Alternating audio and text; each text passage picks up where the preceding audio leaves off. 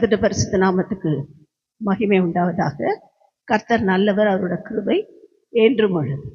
கர்த்தர் நம்மோடு கூட இந்த நாளிலே பேச விரும்புகிற ஒரு காரியம், நாம இயேசு கிறிஸ்துவை குறித்து நட்சத்திரம்னு பார்த்தோம். எத்தனை பேர் ஞாபகம் இருக்குன்னு தெரியல.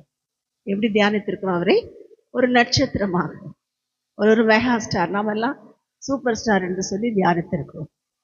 போன வாரத்தில் கர்த்தர் நம்மோடு எப்படி பேசினாரு? அவரை ஒரு கல் என்று பார்த்தோம்.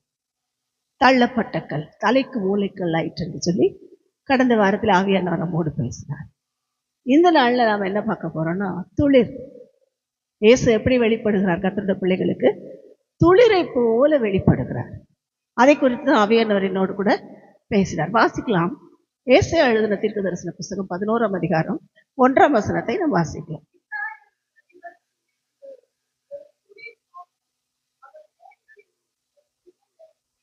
ஆமென். ஈசா என்னும் அடிமரத்திலிருந்து ஒரு துளிர் தோன்றும், அவன் வேர்களில் இருந்து ஒரு கிளை எழும்பு என்ன செய்யுமா? செழிக்கும்.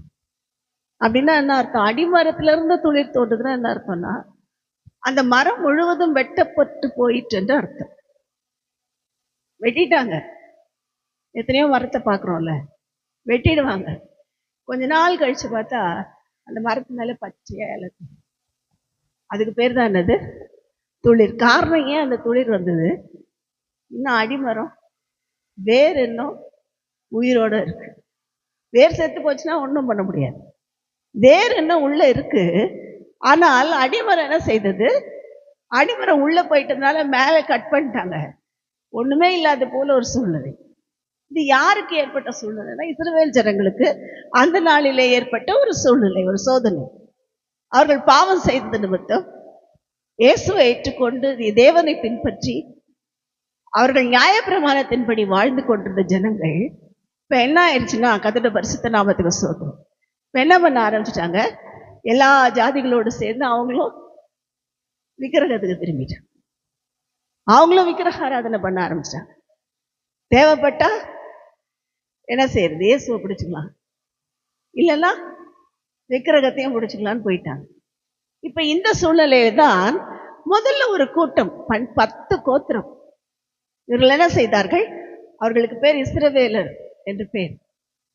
கர்த்தருடைய பரிசுத்த நாமத்துக்கு ஸ்தோத்திரம். அவர்களை குறித்து வேதம் அப்படிதான் சொல்லுகிறது. அவர்களை சிறையிருப்புக்கு ஒப்பு கொடுக்கப்பட்டார்கள். சீரியரும் அசீரியரும் வந்து அவங்களை சிறைப்பிடிச்சிட்டு போயிட்டாங்க. எல்லா பக்கமும் சிறைப்பிடிச்சிட்டு போயிட்டாங்க. இந்த 10 கோத்திரங்கள் இருந்த ராஜ்யம் என்ன செய்தது? பகைஞர் கையிலே ஒப்பு கொடுக்கப்பட்டது. இப்ப கொஞ்ச நாள் ஆச்சு. அவங்கள மாதிரியே யாரும் பாவம் செய்ய ஆரம்பிச்சாங்க? யூதா கோத்திரத்தாரும் பாவம் செய்ய ஆரம்பித்தார். தாவீதின் வம்சத்தாரும் என்ன பண்ண ஆரம்பிச்சாங்க? விக்கிரக ஆராதனைக்கு திரும்பினார்கள். பாவத்துல கட்டப்பட்டு திரும்ப அவங்களும் பழைய கதைக்கு திரும்பினோன்னு இவங்களையும் தேவன் என்ன செய்தா? ஒரு குறிப்பிட்ட டைம் வரைக்கும் வச்சிருந்து அப்புறம் மொத்தமா போயிடுச்சு. எல்லாம் சிறையிருப்புக்கு போயிட்டாங்க. இஸ்ரவேல் தேசம் எப்படி இருந்தது? பாழாய்க்கு. எல்லாம் ஒன்றும் இல்லை. பார்க்க மரம் மட்டும், மரத்தோட எல்லாம் வேர் வரைக்கும் கட் பண்ணியாச்சு. யாருக்கு சந்தோஷம்? பிசாசுக்கு சந்தோஷம். ஆஹா, தேவ ஜனத்தை எல்லாம் அழிச்சாச்சு. அதுல இருந்து இயேசு வர்றது வழியே இல்லை. எல்லாம் உள்ள வடிந்து போனார்கள். இனி வழியே இல்லைன்னு சொல்லிதான் அவர்களுக்கு கொடுக்கப்பட்ட ஒரு வாக்குத்தத்தம். ஈசா என்னும் அடிமரத்திலிருந்து ஒரு கிளை எலும்பு என்ன செய்யும்? செழிக்கும். ஒரு துளிர் வரும், அது மட்டும் செழிக்கும். இந்த துளிர் தான் யாருன்னா நம்ம ஆண்டவராகிய இயேசு கிறிஸ்து. இந்த துளிர் தான் யாரு? நமக்காக பிறந்த, நமக்காக தன் ஜீவனை கொடுத்த இயேசு கிறிஸ்து என்று பார்க்கிறோம். அப்ப இந்த துளிர் என்ன செய்கிறது? எப்ப வரைக்கும் துளிர்க்கலைன்னா, அவர் பிறக்கிற வரைக்கும் அப்படியே இருந்தது. எல்லாம் முடிஞ்சு போச்சுன்னு நினைச்சிட்டாங்க. மல்கியா தீர்க்கதரிசியின் காலத்துல அதுக்கப்புறம் பார்த்தீங்கன்னா தீர்க்கதரிசிகள் இல்லை. கிட்டத்தட்ட 400 வருடங்கள். எப்படி இஸ்ரவேல் ஜனங்கள் எகிப்திலிருந்து புறப்படுறதுக்கு முன்னாடி எகிப்திலே 400 வருஷங்கள் இருந்தார்களோ, அதை போலவே மல்கியா தீர்க்கதரிசிக்கு பிற்பாடு இஸ்ரவேல் ஜனங்களுக்கு ஒரு தீர்க்கதரிசனமும் இல்லை, தீர்க்கதரிசிகளும் இல்லை. எல்லாம் அவங்கவுங்க பார்வைக்கு சரியானபடி பண்ணாங்க. விக்கிரகத்தையும் வணங்கினாங்க, நியாயப்பிரமாணத்தையும் வாசிச்சாங்க. ஆலயத்துக்கு போறோம்னு சொல்லி அதையும் செஞ்சாங்க, இதையும் விடாம இருந்தாங்க. ஒரே குழப்படியான ஒரு சூழ்நிலை. இந்த சூழ்நிலைக்கு அப்புறம் தான் அதுதான் நம்ம மல்கியா தீர்க்கதரிசி புஸ்தகத்துல வாசிக்கிறோம். அவருடைய எப்படி அந்த துளிர் பெறுகிறதுன்னு சொல்லி அதெல்லாம் இப்ப சொல்ல டைம் ஆயிடுச்சு. அதோட பரிசுத்த நாமத்துக்கு ஸ்தோத்திரம். அடுத்தது என்ன ஆகுதுன்னா, இயேசு பூமியில பிறக்கிற காலம் வந்தவங்கதான் திரும்பவுமாய் கர்த்தரோட பிள்ளைகள், கர்த்தருடைய தீர்க்கதரிசிகள், கர்த்தருக்காக ஊழியம் செய்கிறவர்கள் ஏற்படுத்தப்பட்டார்கள். அப்புறம் தான் வந்தாங்க எல்லாம். இயேசு பிறக்கிறதுக்கு அந்த கொஞ்ச நாள் முன்னாடிதான் திரும்ப தீர்க்கதரிசிகள் எழுப்பினார். அந்த முடிவு காலத்துல மக்கபேர் என்கிற ஒரு கூட்டம் எழும்பியது. அவங்க மாத்திர கர்த்தருக்காக வைராக்கியமா இருந்தாங்க. என்ன செஞ்சாலும் நாங்க என்ன பண்ண மாட்டோம், விக்கிரகத்தை வணங்க மாட்டோம், எங்க தேவாலயத்தை விட மாட்டோம். ஒரு கூட்டம் என்ன செய்தது, ஒரு பயங்கர உறுதியா இருந்தது அந்த நாட்கள். அப்படிப்பட்ட அந்த மக்கபேருக்கு அப்புறம் தான் என்ன நடந்ததுன்னா, ஒரு பெரிய யுத்தம் வந்து அவர்கள் அந்த ஆன்டியோகஸ் எபிஃபானஸ் என்கிற ஒரு ராஜாவோடு கூட சண்டையிட்டு திரும்பவுமா இஸ்ரவேல் ஜனங்கள் அப்படியே துளிர்க்க ஆரம்பித்தார். அப்பதான் தீர்க்கதரிசிகள் எழும்பினார். வேதத்துல வாசிக்கிறோம், மேலி என்கிற தீர்க்கதரிசியை குறித்து வாசிக்கிறோம், சகரியா ஆசாரியனை குறித்து வாசிக்கிறோம். இப்படி எல்லாம் தீர்க்கதரிசிகள். அதனாலதான் தீர்க்கதரிசி இல்லாததுனால தேவன் என்ன பண்ணுவார்னா, நார்மலா ஒருத்தருக்கு தீர்க்க தரிசனம் சொல்லணும்னா தீர்க்கதரிசிகளை அனுப்பி சொல்லுவார், ஊழியக்காரங்களை அனுப்பி அவங்க மூலமா பேசுவார். ஆனா அந்த நாள்ல தீர்க்க தரிசனம் சொல்ல ஆள் இல்லை. தேவாலயத்துல சகரியாவுக்கு முன்னாடி யார் வந்தது? தேவதூதன் இறங்கி வந்துட்டார். தீர்க்கதரிசி இல்ல, வேற வழியே இல்லை. தேவதூதனை தேவன் வானத்தில் இருந்தார். தேவதூதன் வந்து, காபிரியேல் தூதன் வந்து என்ன செய்தான், அவர்களுக்கு நற்செய்தி அறிவித்தான். உங்களுக்கு ஒரு பிள்ளை பிறக்க போகுது, ரொம்ப வருஷமா உங்களுக்கு பிள்ளை இல்லை, அந்த பிள்ளைக்கு யோவான்னு பேர் வைங்கன்னு சொல்லிட்டு போயிட்டார். அடுத்தது மரியாளுக்கு தீர்க்க தரிசனம் சொல்லவும் யாரோ ஒரு மனுஷங்களை அனுப்பல, அங்கேயும் ஒரு தூதன் வந்து இறங்கிட்டார். கர்த்தருடைய பரிசுத்த நாமத்துக்கு ஸ்தோத்திரம். அங்கேயும் அதே தூதன் தான் வந்து சொல்றார், ஒரு கன்னிகை கர்ப்பவதியாக ஒரு குமாரனை பெறுவாள் என்று சொல்லப்பட்ட அந்த வாக்கு தத்துவத்தின்படி மரியாளை பார்த்து சொல்லுகிறாள், நீ கர்ப்பவதியாக ஒரு குமாரனை பெறுவாய், அவருக்கு என்ன செய், இயேசு என்று பெயரிடுவாய். அவங்க கேட்குறாங்க, எனக்கு தெரியாத ஆண்டவரே, எனக்கு என்ன தெரியாது, நான் எப்படின்னா திருமணமே ஆகலை, எனக்கு எப்படி ஒரு பிள்ளை பிறக்கும் அப்படின்னு சொல்லி கேள்வி கேட்குறாங்க, சந்தேகப்படுறாங்க, பயப்படுறாங்க. அதே மாதிரிதான் சகரியாவும் பயப்படுறாரு. சகரியா ஒரு பெரிய ஆசாரியன், அவரும் பயப்படுறாரு. ஆனா சகரியாவுக்கு மாத்திரம் தேவன் என்ன பண்ணாரா, வாயை கட்டிட்டார், பேச முடியும். மரியாளுக்கு ஏன் விட்டுட்டாருன்னா, வேதத்தை ஆராய்ந்து பார்த்தா தெரியும், நல்லா வளர்ந்து பைபிள் நல்லா கரைச்சு குடிச்சிட்டு அதுக்கப்புறம் தேவனை சந்தேகப்பட்டால், அவிசுவாசியா மாறி போனா, தேவனோட வார்த்தையை நம்பாம போனா அவர்களுக்கு என்ன நடக்கும், வாயை கட்டிடும். இல்லைன்னா இது ஏதாவது உளறிட்டாங்க, ஒழுங்கா சத்தியம் தெரிஞ்சு பின்னிட்டு போற ஆளோட வாய் எப்படி இருக்கும், எதையாவது உளறிட்டாங்க. அதனால என்ன பண்ணாரு, சகரியா தீர்க்கதரிசி ஆசாரியனுடைய வாயை கட்டி விட்டார். ஆனா மரியாள் அப்படி இல்லை, அது இப்பதான் சின்ன பிள்ளையா வளர்றாங்க, அவங்களுக்கு வேத பிரமாணத்துல வளர்ச்சி இல்லை. அவங்க இன்னும் என்ன கன்னிகையா இருக்காங்கன்னா, சின்ன பிள்ளை, ஒரு 16 வயசு 15 16 வயசு 18 வயசுல இருப்பாங்கன்னு வச்சுக்கோங்க. அவங்க என்ன பண்றாங்க, பயப்படுறாங்கன்னா தேவன் அந்த அவிசுவாசத்தை மன்னித்தார். ஆனாலும் ஒரு வார்த்தை சொன்னாங்க, இதோ நான் ஆண்டவருக்கு அடிமை. கர்த்தருடைய பரிசுத்த நாமத்துக்கு ஸ்தோத்திரம். அப்படிதான் தேவன் என்ன செய்தார் மரியாளுடைய வாழ்க்கையில. இன்னைக்கு நம்ம நல்லா வளர்ந்துட்டு திரும்ப அவிசுவாசப்படாது, திரும்ப தேவனை சந்தேகப்படாது, தேவன் இருக்கிறாரான்னு கேட்காதீங்க. கர்த்தருடைய பரிசுத்த நாமத்துக்கு ஸ்தோத்திரம். அப்ப இங்கே பார்க்கிறோம், இந்த துளிர் எழும்பி செழிக்குமா. யோபு எழுதுகிறார் ஒரு அழகான ஒரு காரியத்தை, நான் இது வரைக்கும் அதை படிக்கவே இல்லை, இன்னைக்கு படிக்கும் போதுதான் எனக்கு அது புதுசா இருந்தது. யோபு 14ஆம் அதிகாரம் 9ஆம் வசனத்தை வாசிக்கலாம்.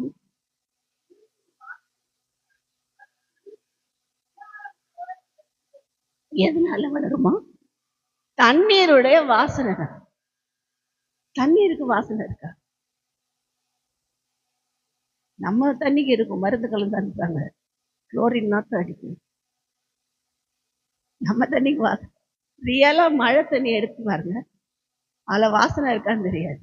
ஆனா இங்க எழுதப்பட்டிருக்கு, தண்ணீரின் வாசனையினால் அது துளிர்த்து இளமரம் போல கிளை விடும். கர்த்தரோட பிள்ளைகளுக்கு என்ன வேணும்? தண்ணீரின் வாசனை. அப்படின்னு என்ன அர்த்தம்? தண்ணீர்ல ஒரு வாசனை இருக்கு. இந்த வாசனை என்னன்னா சாட்சி. வாசனை அப்படின்னாலே சாட்சி. நாங்கள் கெட்டு போகிறவர்களுக்குள்ளே மரண வாசனையாகவும், ரட்சிக்கப்படுகிறவர்களுக்கும் நாங்கள் எப்படி இருக்கிறோம்? ஜீவ வாசனையாகவும். அப்ப இந்த வாசனை யாருக்கு இருக்கு? கர்த்தரோட பிள்ளைங்களுக்கு இருக்கு. நமக்கு ஒரு வாசனை இருக்கிறது. கர்த்தரோட பரிசுத்த நாமத்துக்கு ஸ்தோத்திரம். சென்ட் போடுறதுனால வர வாசனை அல்ல, சாட்சியினால் வருகிற வாசனை. வாசிக்கிறோம் அப்போஸ்தலர் 1ஆம் அதிகாரம் 8ஆம் வசனத்துல, அவர்கள் என்ன எப்படி செய்வார்கள்? பரிசுத்தாவி அவர்களிடத்துல வரும்போது, அந்த தண்ணீர், அந்த பரிசுத்தாவியாகிய தண்ணீர் அவர்களிடத்துல வரும்போது, நீங்கள்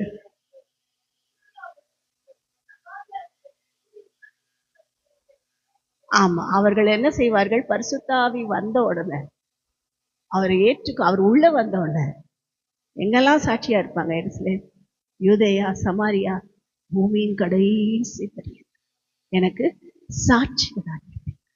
அப்ப தேவன் இந்த நாள்ல என்ன சொல்றாரு? இந்த வாசனை இருந்தா தான் நாம துளிர்க்க முடியும். இந்த வாசனை இல்லைன்னா துளிர்க்க முடியாது. என்னதான் துளிர்க்கணும் நினைச்சா கூட அப்படியே தான் இருக்கும். ஆண்டவர் சொல்லுகிறார் வேதத்துல, உன் சுக வாழ்வு எப்படி பண்ணுமா? சீக்கிரத்துல எழும், சீக்கிரத்துல துளிர்க்கும். எப்படி துளிர்க்கும்? சீக்கிரமா. எப்ப துளிர்க்கும்? உள்ள வாசனை இருந்தா நம்ம சுக வாழ்வு தானா துளிர்க்கும். சில நேரம் நமக்கு வர சோதனைகள், பிரச்சனைகளை பார்த்தா வித்தியாசமா இருக்கும்.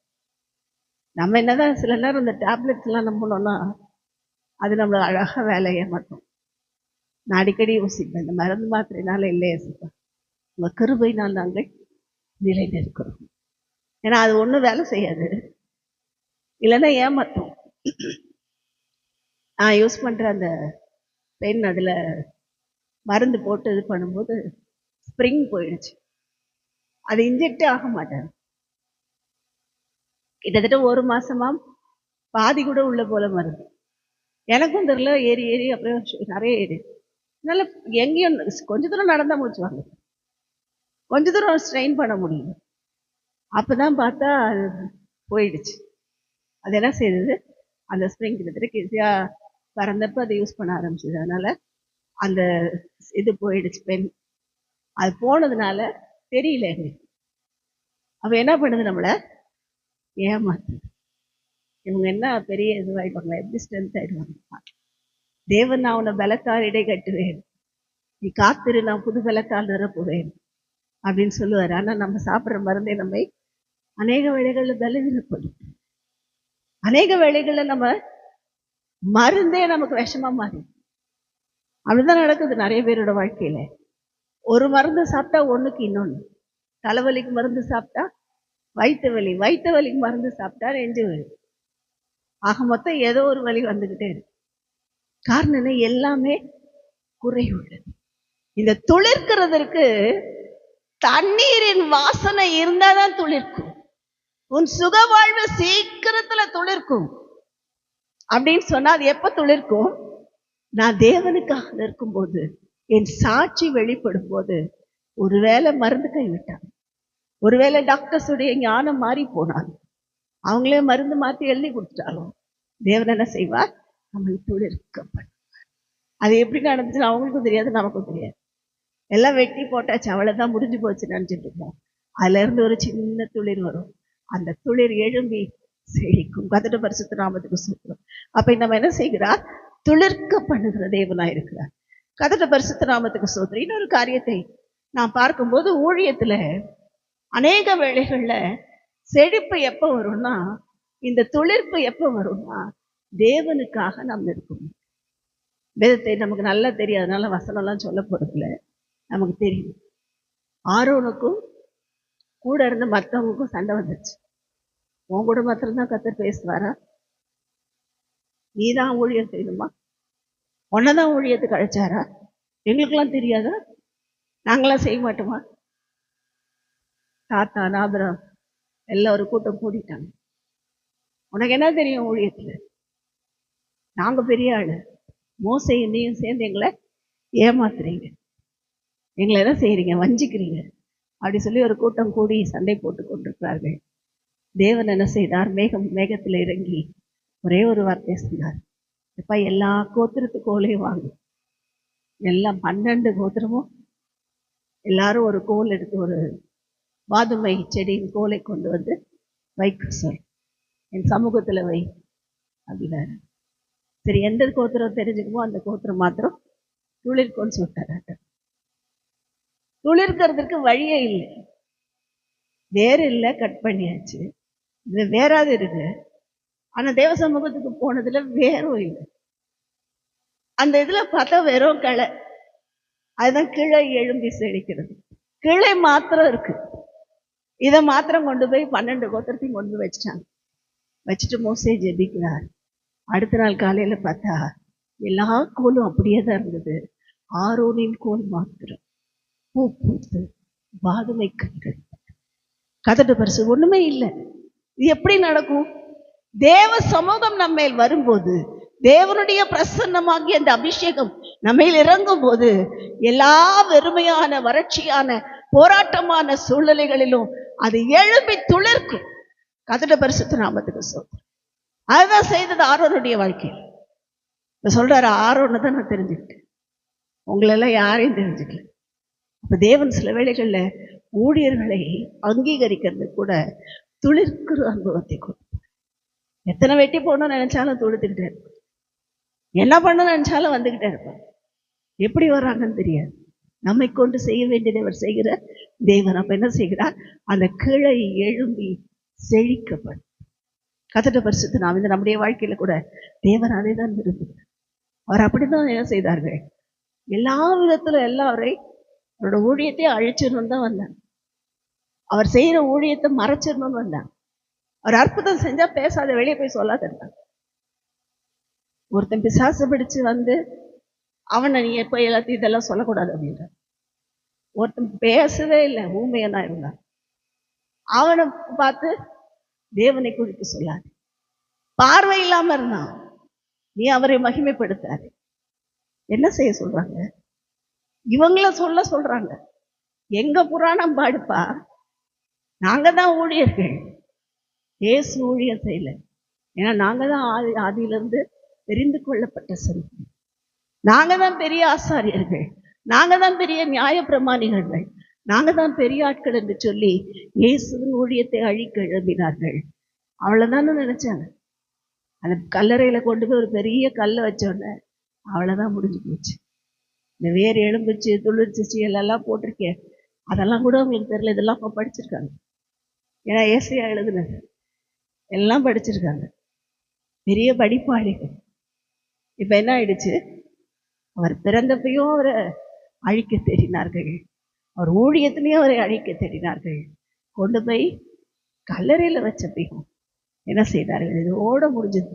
இயேசுவின் சகாப்தம் என்று ஏரோது, பிலாத்து, அது மாத்திரமல்ல அங்க இருந்த பிரதான ஆசாரியர்கள், பண முதலைகள், மத தலைவர்கள், மத முதலைகள், அவங்களுக்கு பேர் அதான், மத முதலைகள். இவங்க எல்லாம் சேர்ந்து பிளான் பண்ணாங்க. ஆனா தேவன் என்ன செய்தார்? இதுதான் ஆரம்பம். இவ்வளவுதான் முடிஞ்சு போச்சு நினைக்கிறியா? இனிமேதான் ஆரம்பம்.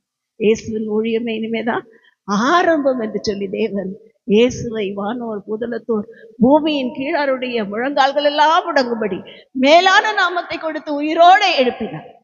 இன்றைக்கு நம் தேவன் எப்படி இருக்கிறார்? பிறந்தார், மரித்தாரோட முடிஞ்சிச்சுன்னா அவ்வளவுதான். ஆனா உயிரோடு இருக்கிறார்.